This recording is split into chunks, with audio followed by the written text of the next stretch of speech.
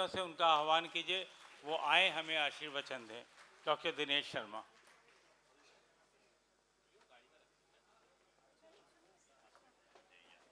बातचीत नहीं करेंगे, अभी हम बातचीत नहीं करेंगे, 2 मिनट हटा दो, सबको हटा दो।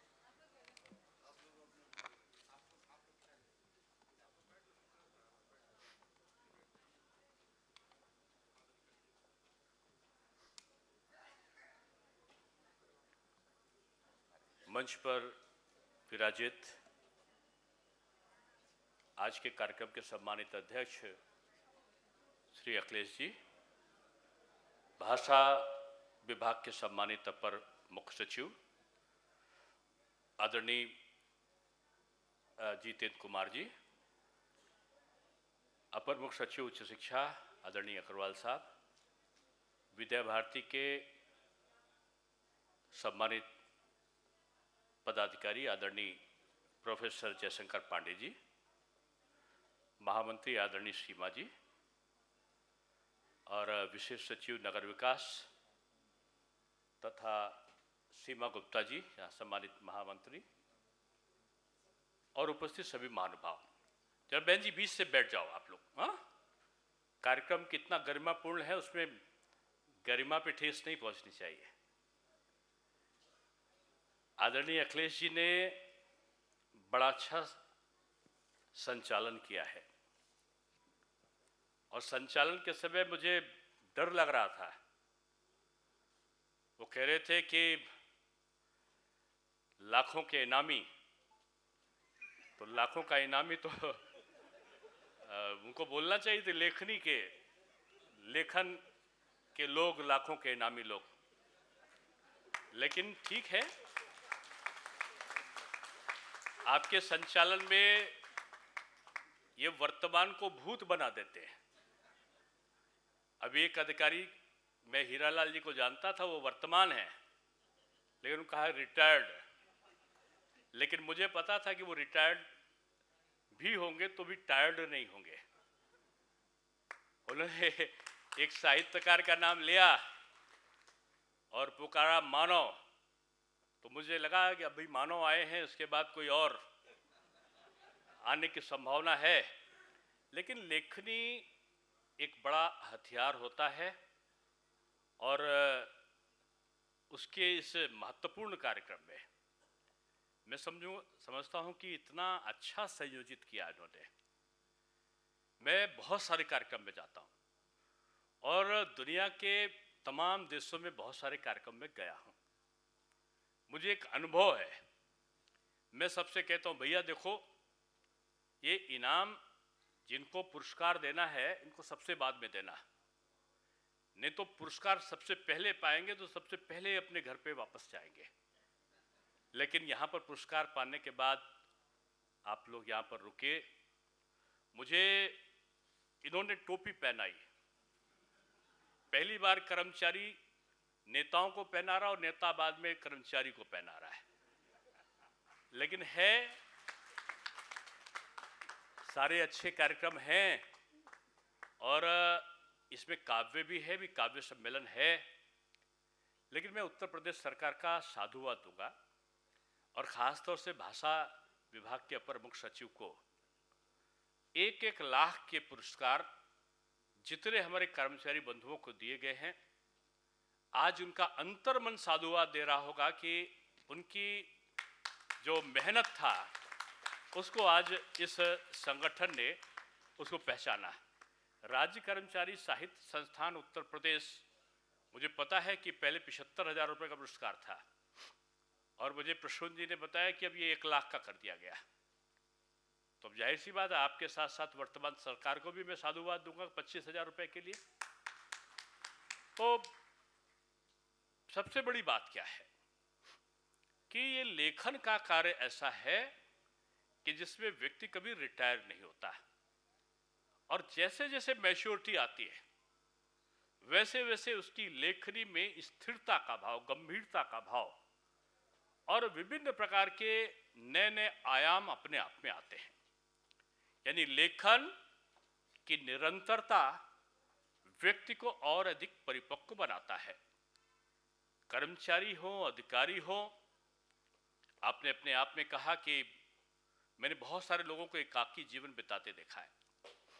बहुत सारे न्यायालय के क्षेत्र से रिटायर्ड हुए लोग, बहुत से सिविल सर्विस से रिटायर्ड हुए लोग का जीवन एकाकी सा हो जाता है बाद में, क्योंकि उनका सीधे जनता से संपर्क नहीं होता है। ऐसे समय मैंने बहुत सारे लोगों को देखा। मैंने शंभूनाथ जी को देखा था, बहुत सारे, एक एक का नाम मुझे पूरा नहीं मैं देखूंगा, उल्लेख करूंगा कि उन लोगों ने अपने को अपनी वर्तमान व्यवस्था के साथ साथ अपने क्रिया कर्म के साथ साथ उन्होंने लेखन को अपना सहयोगी बनाया और आनंद के भाव से उनका जीवन का पूरा संपूर्ण जीवन उनका व्यतीत हुआ। लेखनी आनंद देती है, लेखनी गौरव देती है, लेखनी अनुभव देती है और लेखनी राष्ट्र के निर्माण में दशा और दिशा दोनों का निर्वहन करने की आजादी भी देती है। मैं मानता हूं, अभी आदरणीय रक्षा मंत्री जी से मेरा थोड़ी देर पहले बात हुआ था और उन्होंने बताया मुझे कि जल्दी से ऑटोमेटिक राइफल और ब्रह्मोस मिसाइल उत्तर प्रदेश में बनने वाली है। अब मेरा मन किया कि उनको बताऊं कि ब्रह्मोस मिसाइल से ज़्यादा शक्तिशाली जो लेखनी कलम है वो मेरे सामने बैठी हुई है।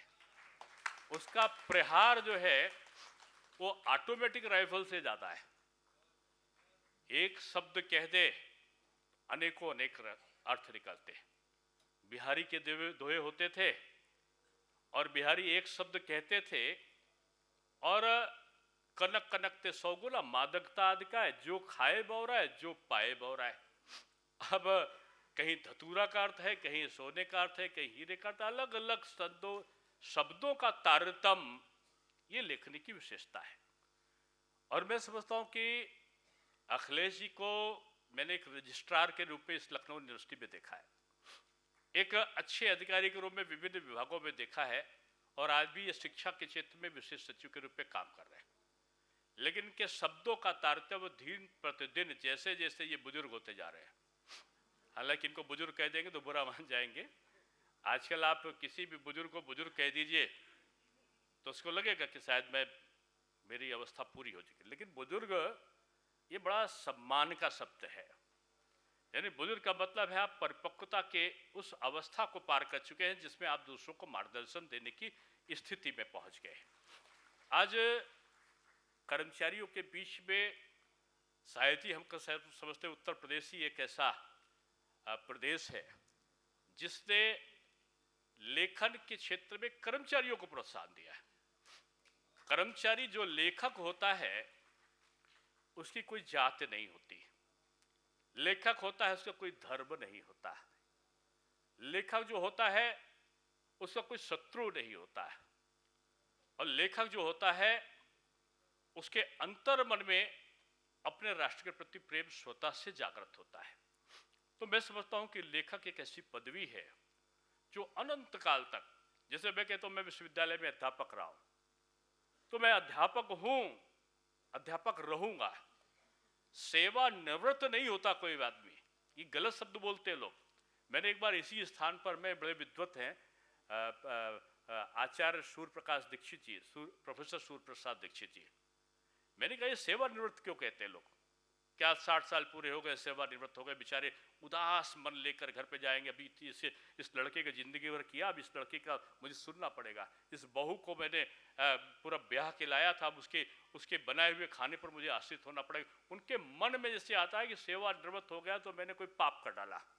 ये सेवा निवृत्त नहीं होते, ये सेवा व्रत हो जाते हैं, एक सेवा से दूसरी सेवा में चले जाते हैं।